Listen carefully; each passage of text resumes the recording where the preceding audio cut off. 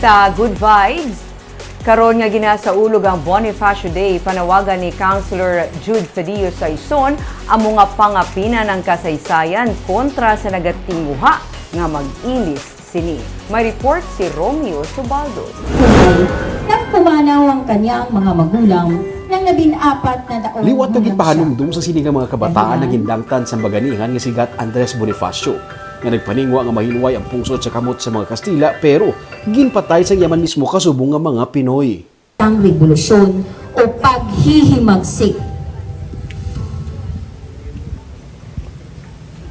Subong nga adlaw kunta ang ika-159 nga kaadlawan ni Bonifacio gani isa ka pagdumdum sa iya ang ipreparar sang mga manunudlo kag estudyante sa Andres Bonifacio Elementary School sa Bonifacio Park.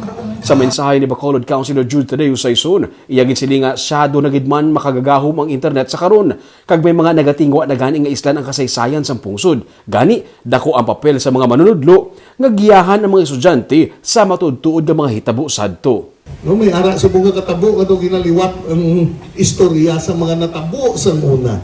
No, so we have to be very careful, especially for the teachers, to guide our children, no, kung diin gid ang insakto nga natabo sa una, because as the saying goes, history repeats itself. Si Councilor Celia Flor naman nagsiling nga sa subong nga panahon, hindi mo kinahanglan nga mangin gamhanan para mangin isa ka baganihan. Kay man, bisan sino ang pwede mangin baganihan sa pinakasimple nga pamaagi. Kada isa ang makahimo sang kontribusyon para sa pungsod.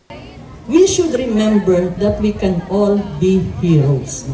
Sa dalagko nga hilikoton, sa dagnay nga hilikoton, kita tanan pwede mangin bagani. Pagkatapos ng programa, naghalad sang bulak ang mga manunudlo kag mga opisyalis sang Bacolod sa estatwa ni Bonifacio kag naghalad sang kanta.